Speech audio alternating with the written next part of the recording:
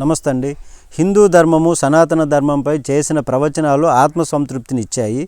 ప్రపంచీకరణ, ఆధునికత వైపు వెంపర్లాటలో ప్రజల జీవనశైలి అలవాట్లలో మార్పులు వచ్చాయని, తల్లిదండ్రులు గురువుల పట్ల భక్తిభావము గురుభావము తగ్గడం ఆందోళన కలిగిస్తుందని, యువత ఆలోచన విధానము మారింది. వీటిని అధిగమించేందుకు ప్రతి ఒక్కరూ కూడా ఆధ్యాత్మికత చింతన అలవాటు చేసుకోవాలి. పెద్దలు గురువులపైన గౌరవంగా ఉండేలా, పిల్లలను సత్ప్రవర్తనతో మెలిగేలా చేయాల్సినటువంటి బాధ్యత తల్లిదండ్రులపై ఉంది అని ప్రముఖ ఆధ్యాత్మిక ప్రవచనకర్త బ్రహ్మశ్రీ చాగంటి కోటేశ్వరరావు గారు అభిప్రాయపడ్డారు.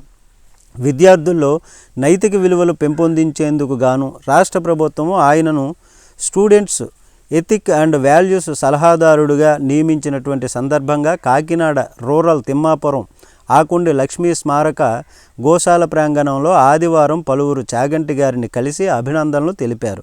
ఈ సందర్భంగా చాగంటి కోటేశ్వరరావు గారు విలేకరులతో మాట్లాడుతూ, స్టూడెంట్స్ ఎథిక్స్ అండ్ వాల్యూస్ సలహాదారుడి పదవితో రాష్ట్ర ప్రభుత్వమే వేదిక ఏర్పాటు చేసి వేలాది మంది విద్యార్థులకు నైతిక విలువల పెంపు, సమాజ హితం కోసం తల్లిదండ్రులు గర్వించేలా సమాజము, దేశం కోసం దేశభక్తి నింపేలా ప్రవచనాలు అందించేందుకు తనకు ఒక బృహత్తర అవకాశాన్ని అందించడము ఆనందంగా ఉందని ఆయన పేర్కొన్నారు.